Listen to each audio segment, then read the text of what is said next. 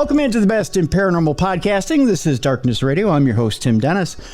You know, we're winding up Halloween weekend into Halloween week. Of course, when you're going into midweek, you're officially out of Halloween weekend into Halloween week. Some of you want to celebrate all month long, and hey, I don't blame you. I'm that kind of guy myself. And I figured we'd cap off this Halloween week with a classic tale that a lot of us like to tell, and one of those tales that absolutely chills you to the bone. And of course, I'm talking about a tale that emanates from Fall River, Massachusetts, a classic tale that includes 40 whacks with an axe, a tale that I think chills us all at this time of year, and it has to do with the Lizzie Borden House and Lizzie Borden herself. I, along with a few others, I think, back in 2021, saw that the Lizzie Borden House was for sale. I think we all put it on our dream list when we were shopping, but then we saw the price tag, and of course, 9.5 out of 10 of us dropped out of the bidding the minute we saw the price. And of course, you know, it's a dream to be able to go to the Lizzie Borden House and investigate. I think it's an even bigger dream to be able to own the house and be able to see it on a regular daily basis. We have a guest here with us today who gets to see it on a daily basis. And we're going to bring that guest in now. Jared Robinson is the general manager of U.S. Ghost Adventures, who owns that property now and has owned that property since 2021. Let's bring him now to the Darkness on the Edge of Town Paranormal Radio Show. Jared, how are you? I'm doing great. Thanks for having me. Jared, and rather than read off the bio, let's just ask you straight outright. When the house was put up for sale a little over a year ago, actually a lot more than a year ago, what made U.S. Ghost Adventures interested in picking up the property of the Lizzie Borden House? And tell us first a little bit about why the interest in that property in particular. Yeah, sure. So U.S. Ghost Adventures is primarily a tour-based company. Mm-hmm. We offer different walking tours in 60 different cities around the U.S. And it seemed just kind of like the perfect timing to get our hands on a physical location, just to, do a lot of what we already do in other cities, but to have a place where people could come and congregate and actually see the history. And that's kind of how that came to be. The owner of the company saw the house come for sale and just thought it was, perfect timing. And a great opportunity for us to branch out and get into the lodging game as well. So we have overnight stays at the house as well. But to also just kind of continue what we've been doing with, historically based spooky stories, mm-hmm. spooky storytelling. Mm-hmm. And that's what we do on a daily basis. And we've even expanded since then to ghost hunts and ghost tours here in Fall River as well. So, it's been a really cool experience, a lot of moving parts in just a year and a half. We have another property in Gettysburg now, and we're continuing to do our ghost tours there as well, and we're going to try to do some ghost hunts there as well too. But yeah, it's been a roller coaster. I bet. Well, let me expound a little bit on that question, and that's this: what kind of challenges? You say over 60 different locations in which you do walking tours. Give me the differences and challenges between a walking tour and a physical location. What different challenges do you have with the Lizzie Borden House that you wouldn't have with, say, a walking tour? Yeah, so with the Lizzie Borden House, we're managing, a 19th century historic property.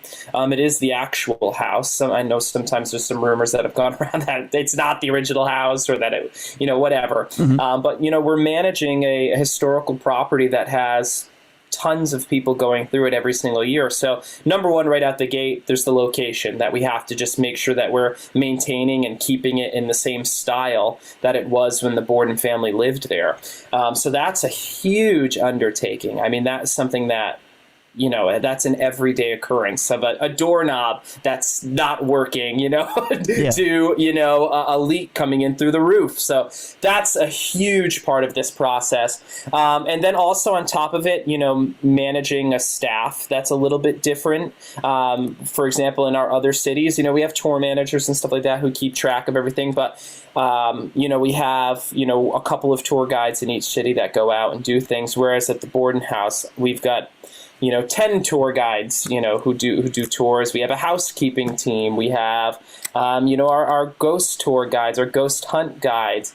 And then also, just the basic things of just making sure that, we're not going over fire code or anything like that, So there's all those little tiny things that make it a little bit different, but make it a little bit more interesting, and make it, a very interesting job. Oh, sure. In the past, with past staff that have been there at the Lizzie Borden House, they've almost taken more than a liking to the house. They've also almost caught the personality of the house and brought it to their hearts and to themselves like a member of the family. I guess I would ask you this, Jared, in your stay there as general manager, have you taken to the house kind of like that? Has it become more than just a place of work for you? Yeah, so I actually have an interesting backstory with the house, too. I'm from Fall River. I'm born and raised here. And I only joined U.S. Ghost Adventures about 3 weeks after they purchased the house. Okay. But my interesting story with the house is my family was part of the team who opened the house in 1996 with the McGinns, who were the original owners when it was converted into a business. My Aunt Michelle managed the house. My Aunt Rochelle gave tours. She picked out a lot of the wallpaper and the carpeting based off crime scene photos. She painted a lot of the portraits inside of the house, the ones of Lizzie, of Emma. My grandmother, my meme, the matriarch of our family, she cooked breakfast and did housekeeping. So for me, I have a lot of memories of being a child and staying home from school. And what we would do on those days is we'd have to go stay with Auntie Michelle at the Lizzie Borden House. Wow. Which could entail, hanging out in the basement. Or at the time, there was a printing press attached to the house and hanging out in there. Or sometimes my cousins and I would hide under the beds and grab my aunt's feet as she came through. So the connection oh gosh, if someone did that to me today, I would pass right out. It would be terrible. It would be awful. But so my connection to the house has always been there. And when the house sold, my family, for the first time, when the house sold in, I believe it was 2004, to Donald Woods, and was then managed by Leanne Wilbur, a longtime manager here at the house. My family just kind of went different ways. There was a lot of health issues going on. My mom had cancer. My grandfather had cancer. So I think that kind of just impacted. It was just weird timing. So they left, and I really didn't come back to the house from maybe 2004 till 2021. Oh my God. So for me, it was kind of like a homecoming, really. Yeah. It was like a return to my childhood and kind of thinking about some of those memories and, I don't know, validating some of the spooky things that happened to me as a kid there, but also just kind of like carrying on maybe a legacy. I don't know if it's like that, but that connection's always been there for me. And I'll tell you from the staff who have carried over, we have some staff members who have been there for 10 years now. They're still passionate about it. And then we have some tour guides that started 3 months ago, and they get that same passion as well. They've added me as Facebook friends, and I'll see that they have they're posting photos of them in costume. They're talking about the case on their own time. So this is a very long-winded way to say, yes, I definitely take this home with me every time I go back to my house. But it's been in my heart since I was born. There's no such thing as a long-winded here, Jared. And no, that's a very eloquent answer, which you've left a lot out there for us to chew on, a lot for us to go down as far as alleys and question lines. So I'm glad you put that out there. Let's start with childhood experiences, and then we'll go from there. Let's talk a little bit about your childhood with the Lizzie Borden House and maybe some experiences there. What paranormal experiences do you remember from your childhood and from days where you would go over there, from school? So when I was a kid, and right out the gate, a lot of the stuff that kind of came back to me were memories of stories. So like, I remember my Auntie Michelle talking about a housekeeper who had made a bed, turned around to grab some linens from a cabinet, and then turned back around to see a fresh imprint inside the bed. And that housekeeper left and ran out. And a lot of those memories came back of secondhand happenings. But the day I came in for my interview, and this is probably going to sound, sometimes I don't love telling these stories sometimes because I don't know, it feels so weird when you're talking about yourself as an 8-year-old, you know? Yeah. So there was this one thing that happened to me that I think I repressed and never thought about it until I walked in for my job interview. Okay. I had interviewed for the job I think it was like the last week of May. And it was actually my first time in the house in almost 2 decades. Mm-hmm. So a lot of the layout of the house was kind of gone. I remembered what the printing press looked like. I remembered like this alleyway in between the printing press and the house itself. But a lot of like the memory of the layout of the house was gone. I couldn't quite exactly remember where things were. Certain things were in different places than I remembered. Okay. But this one memory came back, and it came like flooding back to me the second I walked into the house. And it was of being in the basement. And I don't remember exactly why I was down there. I think it was just that my aunt had a tour going on, and it was kind of like, hey, there's some things going on, just kind of hang out down here. But what I do remember very vividly of this story, and it literally came back to me the second I walked into the house for the interview, was I remember, I don't know if you've ever seen like the layout of the house or the layout of the basement. Mm-hmm. I came down the staircase that's at the back of the house, and I took a left and I looked straight ahead, and you basically have a full-length view of the basement from down there at the bottom of the stairs. Okay. And I remember seeing a figure in black, which I think was a woman, walk across very slowly all the way at the end of the basement and walk down towards where the handleless hatchet was found. And that was also like the boiler room, essentially, nowadays. Yep. And that memory like literally came back flooding to me, but it was so incredibly detailed and vivid. And at the end of the interview, I didn't know if I was getting the job or not.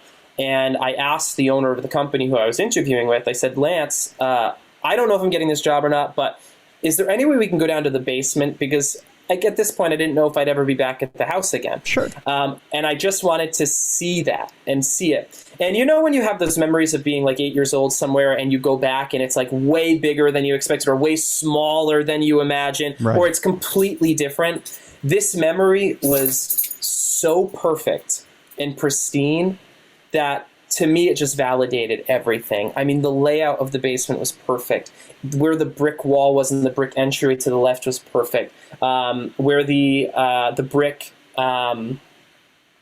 fireplace would come down in the basement, it was perfect. I mean, it was like, it was stunning that memory, I hadn't thought about it.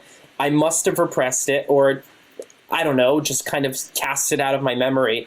And coming back to the house, it was like perfect. Really? Just absolutely perfect. It was exactly how I remembered it. So did it feel more like a flashback than a memory? Oh, that's a super interesting thought. Because the way it came flooding back to me, yeah, all in that moment, that's a really, really interesting thought. I never quite thought of it that way. To me, I kind of thought of it as like a repressed memory that was unlocked by walking into the house. But to think of it kind of as a flashback, and almost like my 8-year-old brain, like I tapped into that for a moment. Yeah. That's a really, really interesting thought, because that's how vivid it really was. I never thought of it that way, but that's super interesting. You know, it's interesting too that you connected so quickly to the house, almost like you belong. You know, like it was almost like a foreshadowing that you belong there, that you're not just walking in for the interview. You're walking in to introduce yourself or reintroduce yourself to the house. And, Wow. and that's just its way of saying welcome back. Whew, you just gave me chills. It's you know. I don't know. It was such a meaningful place to my family growing up, and they loved it so much growing up. And I know it was really hard for them to move on from it.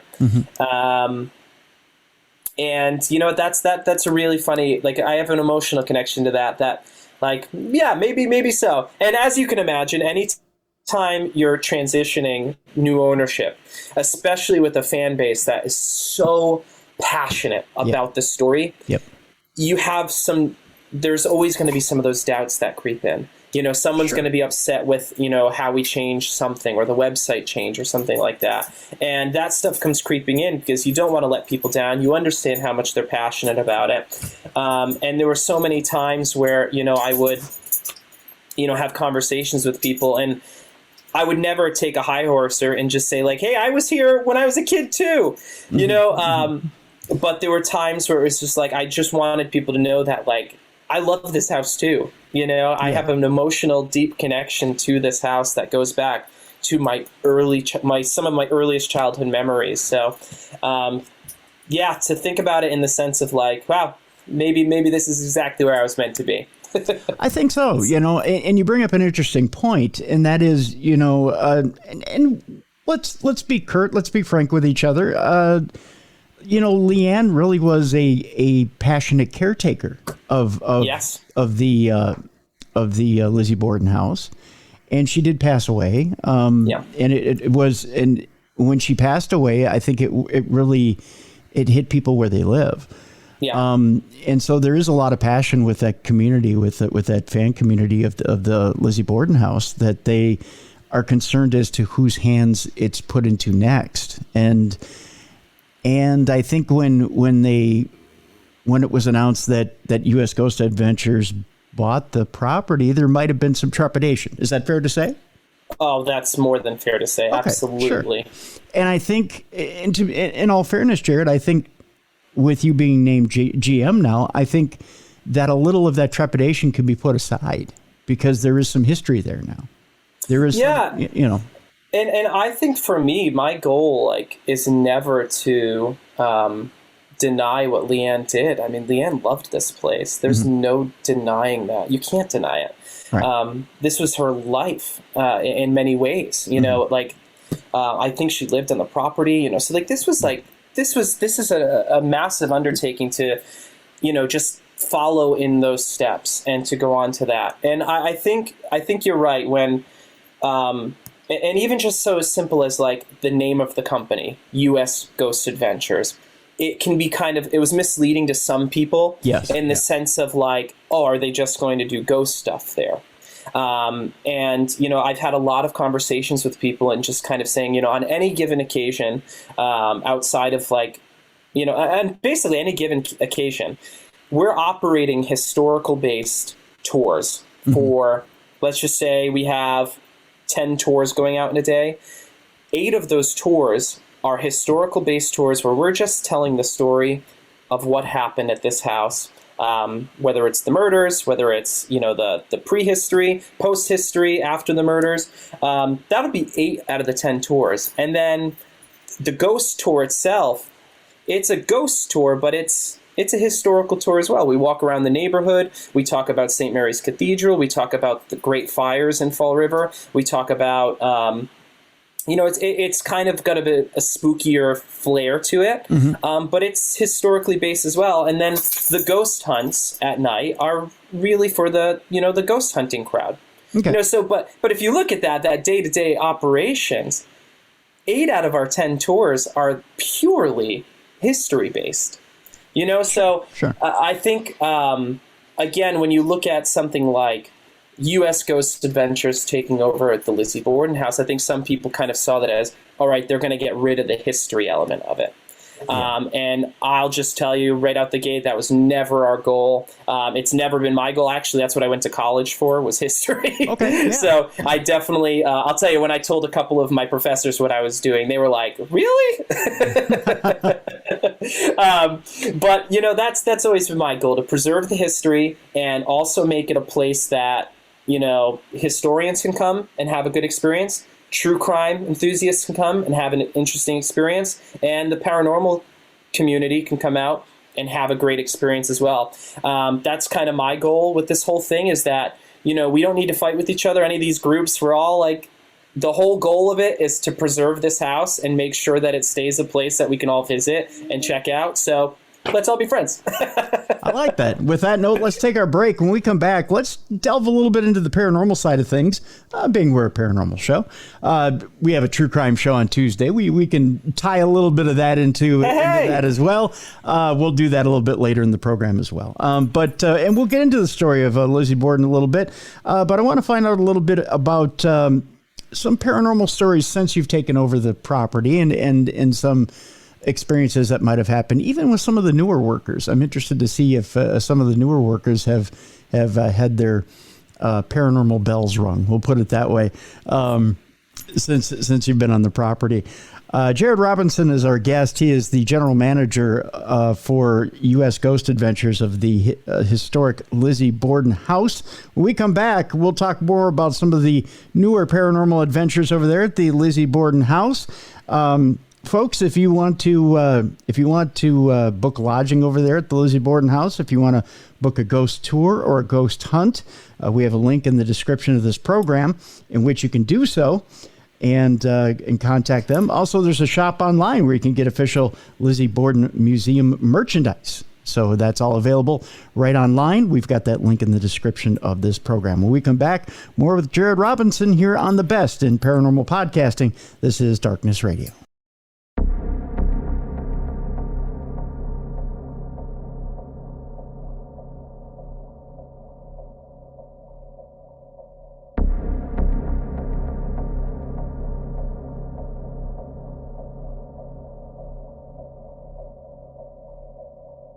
Welcome back to the Best in Paranormal Podcasting. This is Darkness Radio. I'm Tim Dennis. Our guest is Jared Robinson. He is the GM of the Lizzie Borden House for U.S. Ghost Adventures.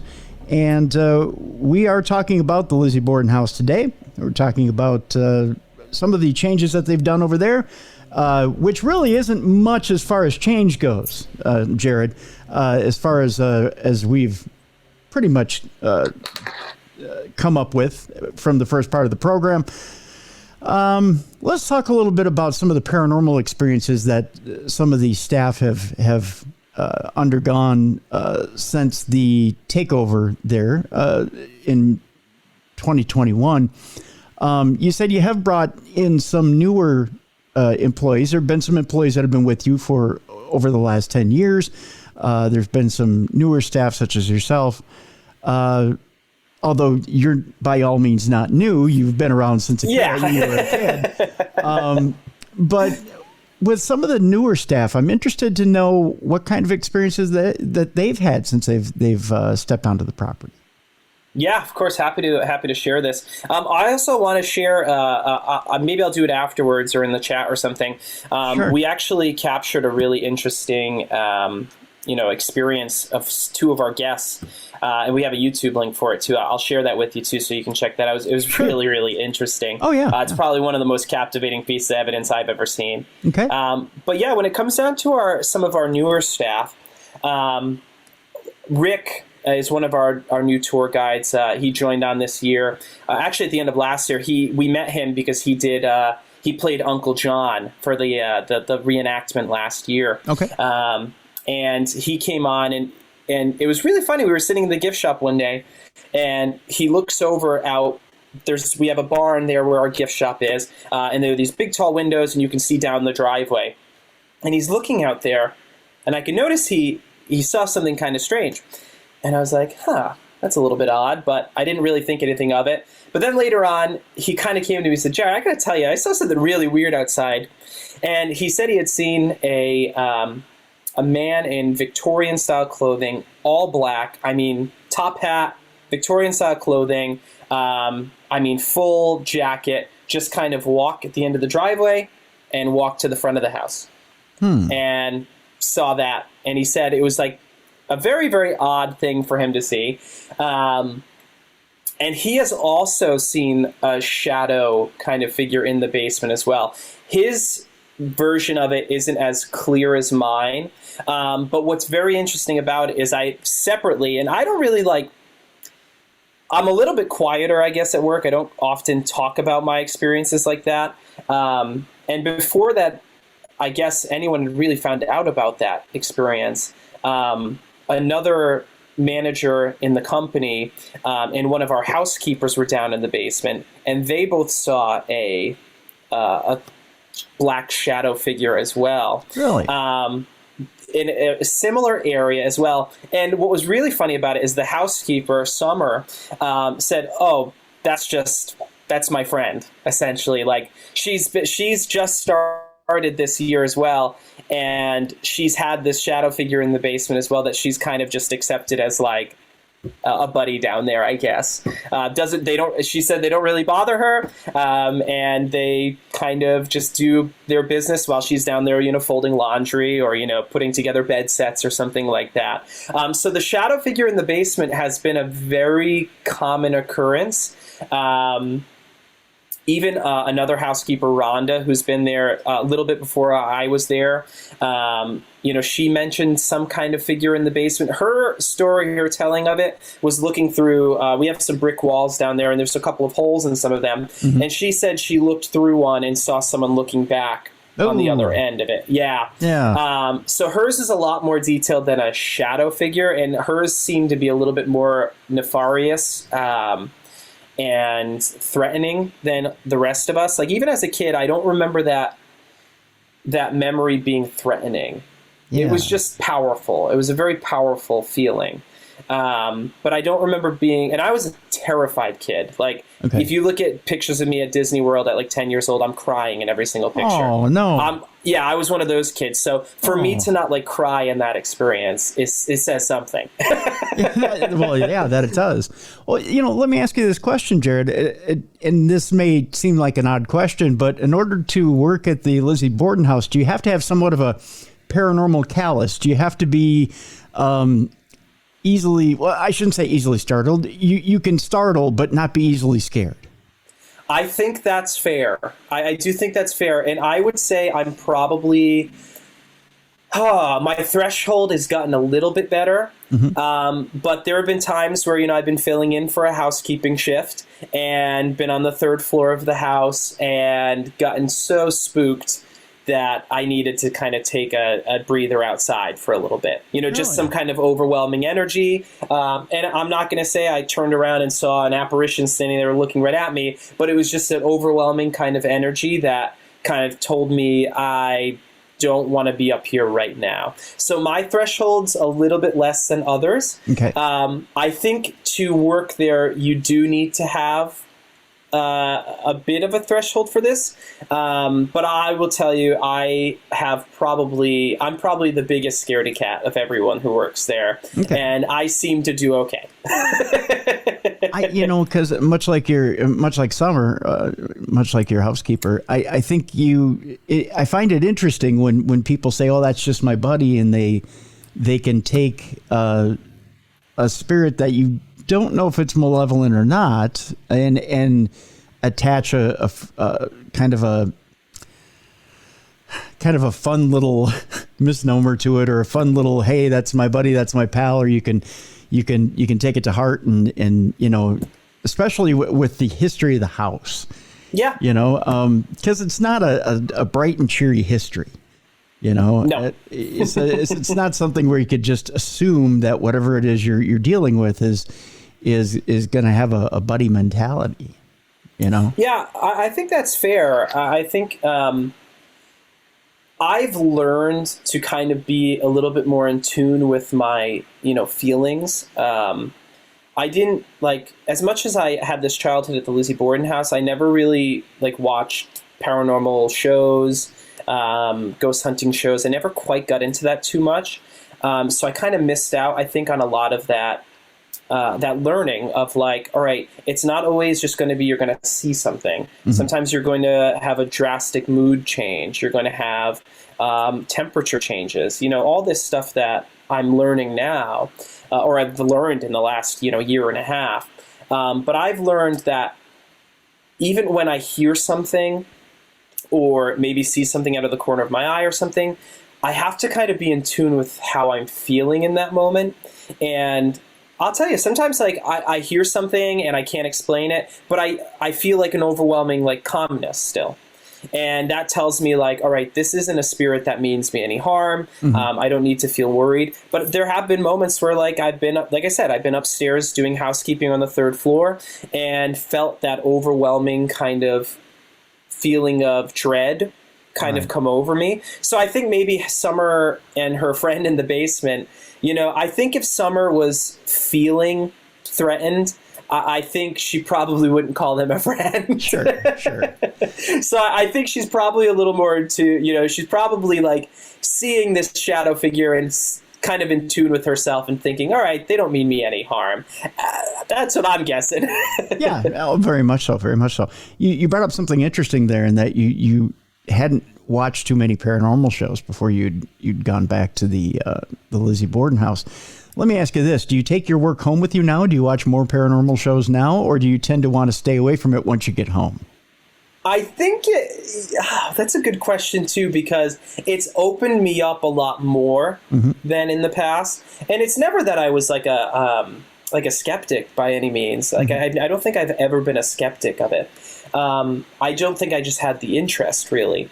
But I've definitely done a lot more reading, a lot more studying, and I genuinely find that I am more interested in it now than I ever was.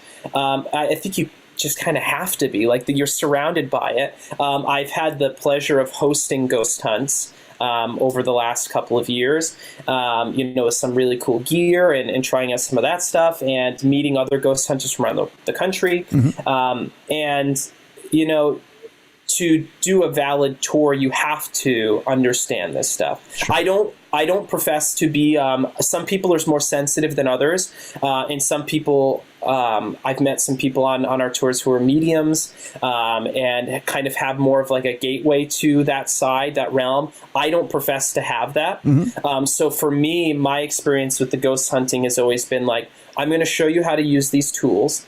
And I'm going to set you up in the house, and I can give you background on rooms, and I'm going to let you do the work, the hands-on experience of this, because that's where it works the best. I can't manifest this stuff like some other people can. Other people seem to have a connection to it. So I've gone more down the hole of like learning about the technology and bringing that home with me, and learning about, the different tools that we can use to try to track and investigate. And of course, that's probably included. I've watched a little bit more on YouTube of some other people who do this. But I would say I'm definitely a lot more into it now. And I think some of it is, just practical. I want to make sure I'm giving people a good experience whenever I lead a tour. Yep. But some of it also is just like, yeah, I'm kind of interested in this now. Yeah, I gotcha. You brought up an interesting group of people that I want to address on certain ghost tours. And I want to get your impression as to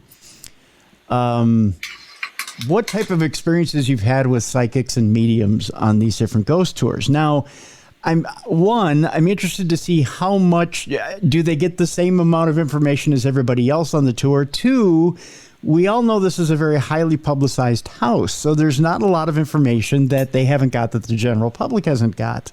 So you've already front-loaded a psychic or a medium when they've come into the house. And I guess three, have you ever gotten something that's so wildly out there that you yourself have gone, I don't know that that's true to what you've heard or seen or is in with the mythos that is the house itself? And could you tell us about any of those experiences where you just got something from a psychic or medium and you went, I don't know that that's true to what we know? Yeah, no, I think that's fair. And this house obviously attracts a lot of people who are a bit more sensitive. And people will express that in different ways. So some people will outright say to me, hi, I'm a medium, and I speak with the dead. And I'm not I think I've had enough experiences in the house with people who have claimed this, and I think a lot of times it's pretty valid and pretty accurate. But I've had other people that have come to me and just said, hey, I'm a little bit more sensitive to this stuff. So I think there's kind of like a spectrum of like people who are sensitive to this stuff, okay, into the paranormal, into the other realms. And most of the people who have come to the house have been, what's the best word for this? I think they've been like subtle about it. Like there hasn't really been, these ghost hunts are kind of more group oriented, but sometimes you can kind of break off into your own groups and stuff like that. I haven't had any experiences myself where someone tries to be like the center of attention or something like that. That's good. Yeah. And try to like gather people around and be like, oh, I'm speaking to people I haven't had anything like that. Everyone's been very respectful. And I will say 90% of the mediums who come through on our ghost hunts and stuff, most of them are just like respectful of the spirits who are still at the house. Okay. And they don't want to attract too much attention. It's not like what I imagine some of the TV personalities or something to be like. Mm-hmm. They don't really want to attract that attention so much. There's definitely been maybe one or two experiences of someone being like, there's someone standing right behind you and they have a hatchet in their hand. And I'm kind of like, sure. yeah, I'm kind of like, I want to be respectful of you, and I'm going to, and I am willing to do that. It's only happened, like I said, maybe one or two times, and literally, I mean, someone has said those exact words to me, and I kind of in those moments just said, all right, I'm going to, respect them. I will leave the room right now, if I need to, because again, I don't know what they're seeing. I come right out and say I'm not the most sensitive person to this stuff. I'm just not. Right. But that has happened a couple of times where someone has told me that someone is standing right behind me with a hatchet. And I'm like, I don't know what to make of that, and that's okay. It's not like it's a physical hatchet and it's going to hit you in the head. That's for sure. Exactly. Right? Yeah. Exactly. Yeah. But I'll tell you this much. Almost everyone who comes through on the ghost hunts, they come in with an open mind, and their goal is to have some communication, to detect, and to respect. Like to come into the house and not, try to rile the spirits up. And that's one of the first things I say to people too, especially like younger people who are just like trying to get a spook. Like I say, like, there's no jump scares here. Mm-hmm. We might sit in silence for 2 hours tonight. Sure. And like, that's what this is. So, sometimes there's some crowd control of like a younger guy coming in or something who's like yelling or something. And I'm like, hey, like, that's not what we're trying to do here. We're trying to be respectful. The spirits are people. Yeah. So it's like we want to talk to them at a normal level like you would with anybody. So I always discourage people from, trying to rile them up or yell at them.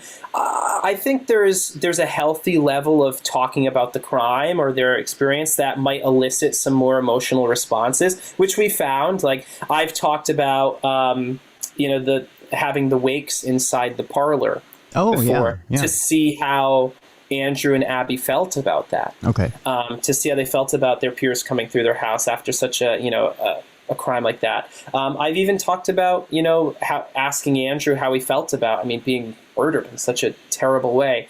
But again, there's a balance between that and then walking through the house and be like, hey, Andrew Borden, where are you? Yeah. Which I've seen some people try to do, but like I said, 90% of the people are coming in there. They're respectful. They understand what's going on. And very few people walk in and kind of go like, oh, I know what happened. I just talked to a spirit and they told me who murdered Andrew and who murdered Abby. That doesn't really happen. I think like I said, there's been a couple of those scenarios where someone's walked in and told me outright, I see the murderer behind you with the hatchet. And that's fine. Yeah, that's great. That's great. That's fine. But like I said, most people are coming in here. They're respectful. They're like us. They want to know what's happened, and if they can get a little glimpse into that or a little bit of communication, that's mostly what everyone's there to do. That's their goal. It's kind of like the statute of limitations has run out, so no matter who you see with the hatchet behind me, that's great. Yeah, exactly. If it's Uncle John, if it's, Bridget, Lizzie, whatever. Yeah, exactly. You want to know what's really funny, though? And I'm sorry, this is even more long-winded now. Oh, go ahead. A lot of people talk about not detecting Lizzie at the house. Really? That happens a lot. And that's a really interesting trend. I don't know if it's the historical aspect coming into their brain, telling them like, oh, Lizzie wouldn't want anything to do with this house. I mean, she moves to Maplecroft. She does move on from this house. Yeah. But it does happen fairly frequently, even from a lot of people who never... really don't know the story, don't know that she moved out of the house afterwards. It does happen a lot. A lot of people detect Andrew. A lot of people detect Abby. People talk about Bridget. People talk about Emma. People talk about the 2 children who were murdered next door. I mean, like, that stuff comes up quite often. But it is funny. There is a trend where a lot of people don't seem to detect Lizzie at the house. You've talked about the house before. Have you heard that before as well? I have, but I'm trying to remember, and I have to ask Jeff Belanger about this, if he has any record of anybody who's caught Lizzie herself. Either Tim Weisberg or Jeff Belanger would know if there's actually been someone who's caught an EVP. Because I want to say it's either Bill Chappell, Tim Weisberg, or Jeff Belanger may know of someone who's caught an actual EVP of Lizzie. Oh, wow. But I'm not quite sure. Don't quote me on it. I know there's one of Abby. I know Jeff knows of one or has of one of Abby. Yep. But not... don't quote me about one of Lizzie. But I know Lizzie, that is common, that people don't get anything of Lizzie. Yeah, it happens all the time with the ghost hunts. I mean, a lot of people just walk out of there saying, like I said, they sense Andrew's spirit, and kind of Andrew would make sense to me. Yeah. Andrew was proud of the house. He loved the house. I mean, there's even some possible evidence that he even helped build the house, which is really interesting.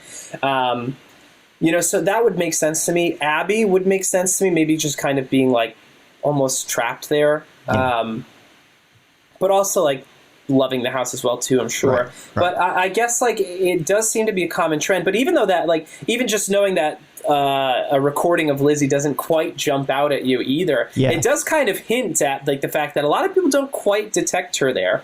Yeah. It's not common. I know that. Yeah, and it would make sense. I mean, for her in the afterlife to kind of like really cut ties as much as possible. Yeah.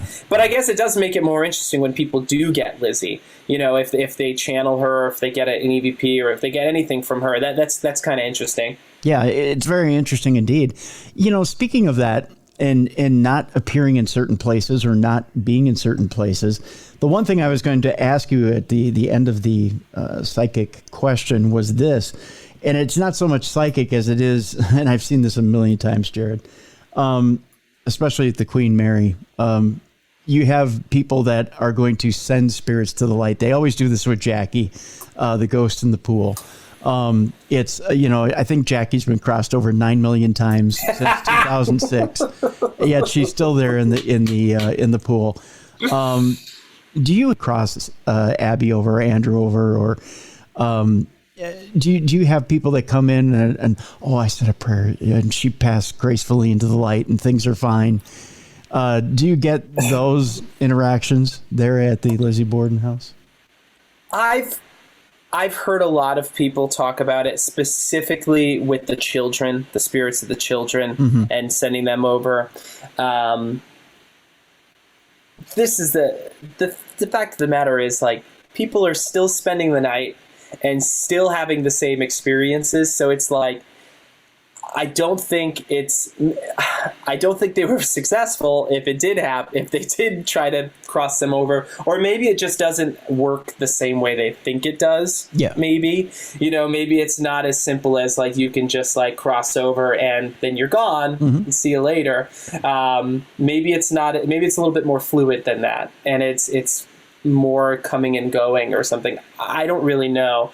And again, I'm not out here to discredit people. That's not my goal in the slightest, or judge people. Especially, like I said, coming from someone who's not just naturally as sensitive to this stuff as some other people are. But I've heard stories of people, ridding the spirits of the house and coming out, but it doesn't seem to have worked. No, not the slightest. I'm curious as to how much you believe, how much of the activity there at the Borden House is residual and how much is active. The amount of times I get people that come in and go like, hey man, I never believed in this stuff. I was really staying here for the true crime element. But I got to tell you, this happened to me. I heard this last night. I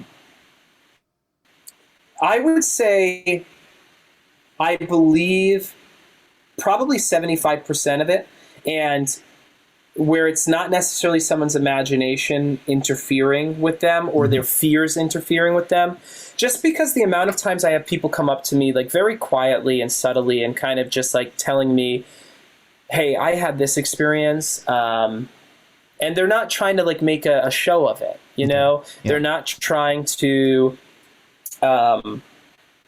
get their 5 minutes of fame or something like that. A lot of times they're asking me like, have you ever experienced that? Or have you ever seen something like this?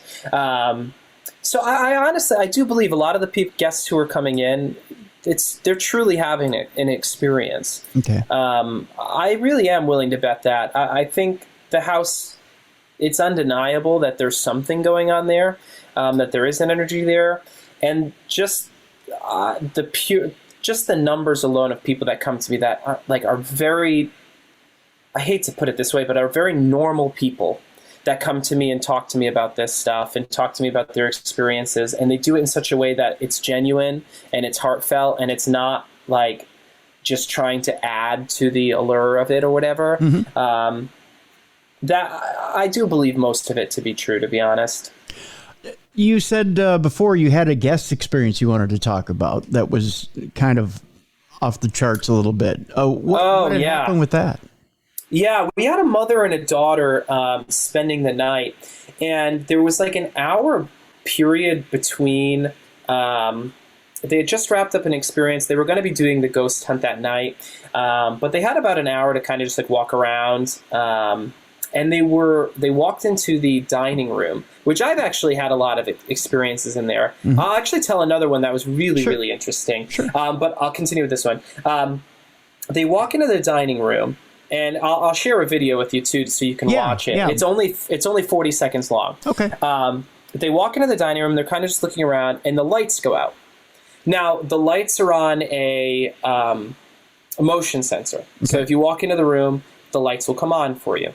And they're in the room walking around, so the lights go off, and they register that there's motion detection in the room. So they walk out, they walk back in, the lights aren't coming on. It's kind of weird. Then slowly into the frame, you can see a closet door start opening up and moving into the frame. And there's nothing behind this door. It's a small closet in the dining room. And it starts opening up, and all of a sudden the daughter notices it, points it out to her mom. She pushes the door shut, and the lights come on in that moment. Whoa. It's a really interesting thing. Do you want me to share that with you right now in the chat? Yeah, actually, you know what? Send me, do you have a link for it? If you have a link for it, just send it to my email, and then I'll post it in the description of the show so that everybody can get a look at the video. Yeah, it's one of those just kind of like interesting things that you always hope to capture, and it doesn't happen that often, as I'm sure you're aware. Yeah. So that everybody then can get a good look at the video and see what we're talking about here. Yeah, and then let us know what you think of it. I mean, it was really interesting. I just sent it over to you, and they were cool people too. Like they were like, didn't expect this to happen. You know? Yeah. But that dining room, there's something interesting that happens in there every now and then. Okay. I was in there, and it happens with the lights too, and just technology, lights, all that stuff. I was filling in for, managing a small business like this. You fill in for every single thing. So whether it's ghost tours, ghost hunts, house tours, housekeeping, you got to be ready to do anything. I became a plumber since starting here at this job. Well, that means you're getting your own ghost hunting show. They would. Oh my God, that would be hysterical. But I was doing a ghost tour, and I gave everyone on the tour. I think we had like 15 people on the tour. It wasn't a huge group, and I gave them all EMF detectors, just because I was like, it was one of my first ghost tours. I wanted to make sure that it was still a good experience for them because I wasn't quite comfortable in it yet. I knew all the information, but I wanted to make sure they had a good experience. So I gave everyone an EMF detector for the tour, and we got into the dining room, and I'm talking about. It's in there. I was talking about the autopsies. And I get into Abby's autopsy a little bit, and everybody on one side of the room experiences at the exact same time a spike in their EMF detectors. I mean, it's reading red, like absolute max. And I'm like, that's kind of interesting. I carry on a little bit, spike again. Everybody on that side of the room. Then the lights go out. And I'm like, we're all just standing there in the dark, and it's pitch black. And I kind of tell everyone, all right, maybe something's going on with I have an app that I can at least test and turn on lights or turn them off. Sure. So I go to the app, and I'm trying to turn the lights back on, and I can't get them back on. Ooh. So as soon as we go to leave the room, the lights come back on. And I'm like, it just happened just after these spikes in everyone's EMF detectors. And I'm like, that is super weird. And a week later, I do like the exact same tour, same moment, and I didn't give everyone EMF detectors on this one, so I really regret that. But lights go out, can't get them back on. Everyone thinks I'm playing a trick on them, that this is some kind of jump scare. I pull out the app. I'm showing them, like, I can't get the lights back on. This is not me. Flipping the actual switch itself to try to get them back on, which automatically will bring them back on. Yeah. And again, as soon as we leave the room, lights come back on. Whoa. Yeah. This technology and this house, it never quite. And I think this follows me home. This part follows me home a little bit because I did a radio interview for truckers around the country. Okay. I did this. Everything's blurring together, so I'm so sorry. But no, I think it was 2 days ago. Okay. And we're doing this radio interview, and I'm talking about like. Yeah, sometimes technology doesn't want to work with me. Sometimes we get weird things that happen. And the person who's like the operator behind it comes on and goes, hey, guys, I just have to let you know, almost every time Jared goes to talk, the song Magic by Pilot comes through the radio like, whoa, whoa, whoa, it's magic. It kept cutting me off for 3 minutes of the interview. It kept cutting me off, and I'm like, that stuff just seems to be happening to me. That's funny. Everywhere I go now. That's funny. So if we get some weird interference here, like I'm telling you, it's been following me. That's funny. I wouldn't be surprised if somewhere in this recording there's an EVP somewhere, and if we'll probably get somebody who will report it. Oh, that would be awesome. I'm sure. Because a lot of times I'll go through and I'll edit the program. And I'll think, okay, there's nothing in the line file, nothing. And somebody will go, Tim, at 2127, there's this voice. And I'll go, there was no voice. And I'll go right back to the file, and there it is. There's a little voice right there. And I'll go, wow, son of a bitch, look at that. Wow. Well, I'll give everyone a disclaimer. My two dogs, my rescues, my Zoe and Otis, have been here, and they make some weird noises. So yeah, there's been a little jingle jangle in the background, but it's no big deal. And like I told you before the interview, I don't mind ambient noise or anything like that. So, and in fact, when we do Supernatural News on Wednesdays, Beer City Bruiser, who's my co-host, he's got his pup, Ziggy Star Pup, in the background who barks and jingles and jangles and is a part of the show. So it's no big deal.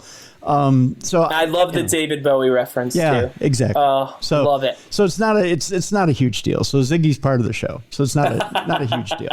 Well, if you have me back one day, I'll introduce everyone to Zoe and Otis too. Exactly. See, that's why I say it's no big deal if Zoe and Otis are part of the show. Awesome.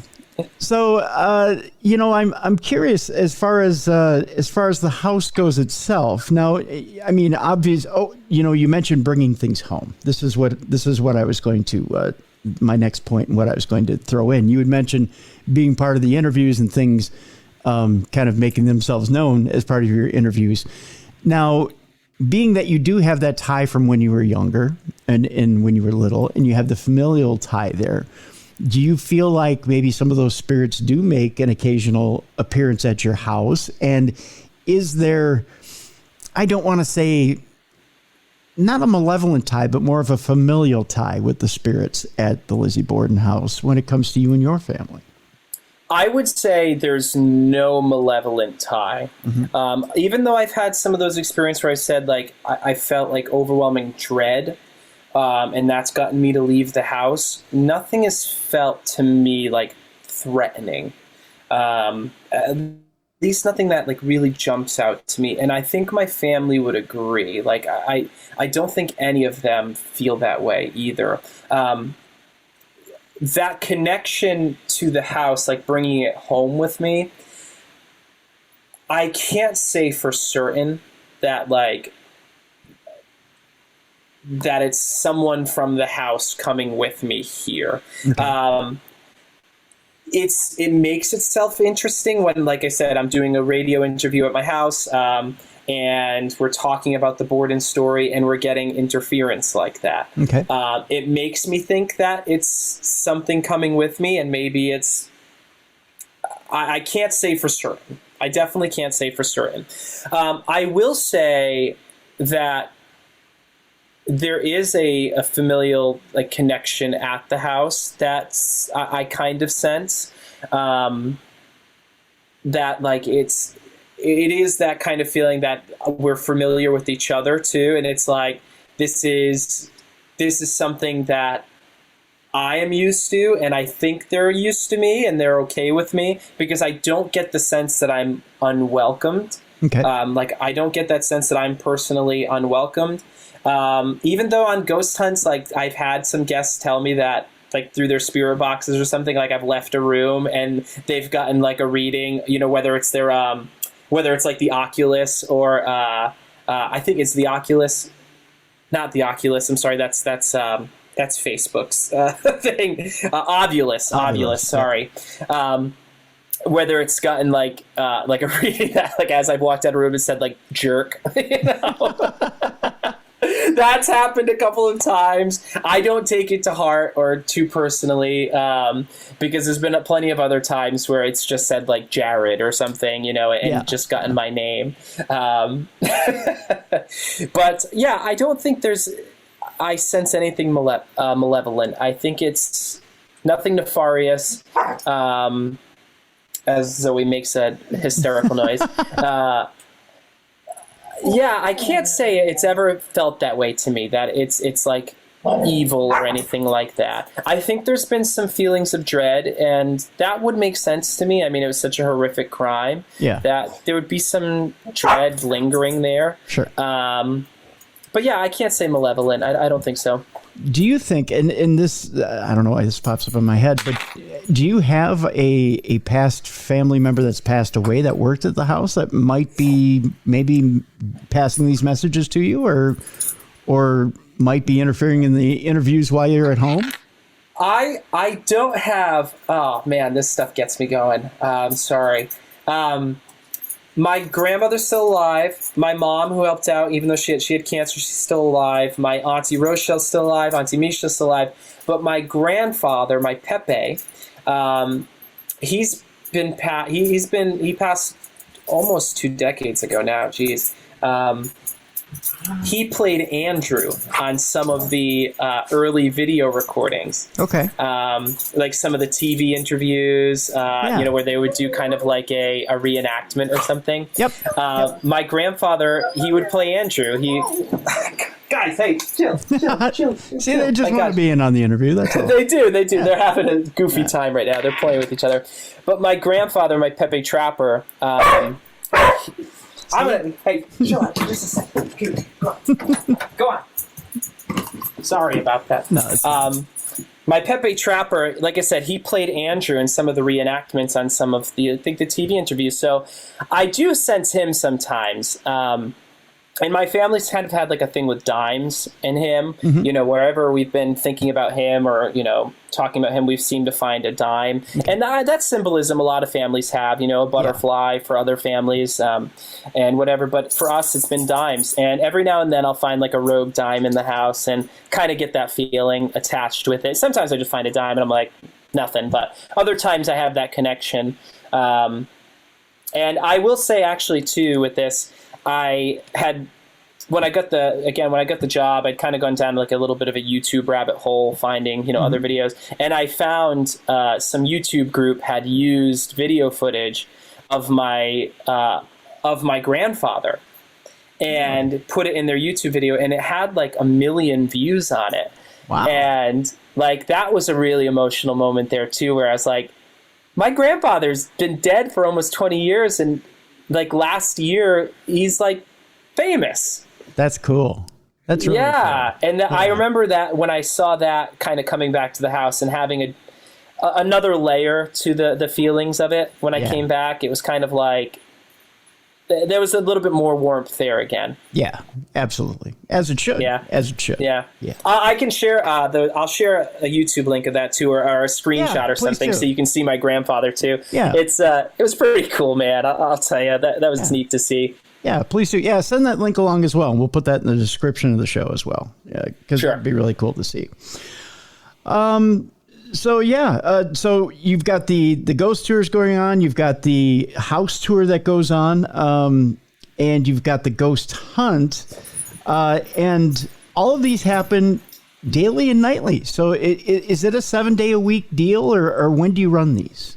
So we operate 7 days a week, overnight stays every single night. I think we have 2 holidays that we don't have overnight stays for. I think it's Thanksgiving and Christmas Day. But other than that, every single day of the week, the ghost tours, especially during winter, because they're outdoor walking tours around the neighborhood. Okay. During the winter, we still do them, but it's like Friday and Saturday nights. That's it. Okay. The ghost hunts, again, during some of the slower seasons, we might only offer them a couple of nights a week. During our busier seasons from, like July till end of November, we're doing them pretty much every night. But during the off seasons, we might drop those down to like 3 nights a week. But the house tours, every single day. The daily house tours, we do those every single day. Okay. As we begin to wrap up here, Jared, what would people who have been to the Lizzie Borden House before expect new when they show up now? Is there something different that they would expect to see now than they would before? I'm not sure. I think it's a lot of the same stuff. We didn't like go in and got everything out or anything like that. We kept a lot of the furniture. Actually, we kept all the furniture really that was still left for us. It's still the same wallpaper. It's still the same carpeting. There's been some patchwork and some things. Like we had a wall that was completely bulging. And again, it was over, it's from the 1800s here. Right. So that stuff's going to happen. We've repaired that. We have, I think one thing that we've changed is for guests who check in overnight, they use a door code. So there's a keypad on the door to enter and exit the house. We have, the ghost hunts and stuff. So I think be expecting that if that's something you're not into. I would suggest maybe coming during like the off season or something like that. If you really don't want to participate in the paranormal, I'm sure your audiences are probably a little bit more open to that. Yeah. But there are some people who are not open-minded to that. Okay. So I don't think it's really like any major changes to expect. Anything that, is, catastrophic by any means either. So I don't think so. I don't think there's much different, really. Okay, good. And let me ask you this: if people are interested in other things that U.S. Ghost Adventures is doing around the country, or maybe want to go on a tour closer to their area, where can they find U.S. Ghost Adventures? Yeah, so we can book everything through our website, usghostadventures.com. Like I said, 60 different cities, so chances are we got something near you. And these are historically based ghost stories. This is stuff that has been passed down generations and generations. So, they're really cool. There's something for, every single city out there. I'm sure that everyone has these stories, these legends that are passed down. We've had local writers, write about them and, kind of carry these on to audiences in 60 different cities. So yeah, usghostadventures.com. Cool. Very cool. Jared, I want to thank you so much for being with us today and letting us in on the newer adventures of the Lizzie Borden House. We wish you much success going forward with the house. Hey, thanks so much. And hey, anytime you want to come by, come to Fall River. We're not too far away. Absolutely. I'm looking forward to it. I'd love to come by and see what you're doing with the place. Yeah, come on down. We'll talk via email a little bit more. Sounds good. Thank you so much, Jared. Folks, want to thank you so much for listening this week. Want to thank our sponsor, Microdose Gummies, and want you to check them out. By the way, you do get 30% off your first order and free shipping when you go to microdose.com and use the code DARKNESS. Want to remind you folks to take care of yourself and each other. Do something kind for someone out there this weekend. Doesn't matter what it is that you're doing. Reminder that there are people in Fort Myers, Florida who are still rebuilding, and people in Central Florida and in Northern Florida that are rebuilding from the hurricanes. Go out and help those people this weekend. There are people that need winter coats. Winter's coming, folks. It's cold out there. We just had Halloween, so people are out there that need warm clothing. They need coats. Find a local charity that is taking those coats and donate those coats this weekend. Just do something kind for your fellow man. A reminder just to leave it better than what you found it. Just do that for your friends here at Darkness Radio. For Beer City Bruiser, for Mally Fox, for Jess, I'm Tim Dennis. Have a great weekend, everybody. We'll see you next week for the best in paranormal podcasting. This is Darkness Radio.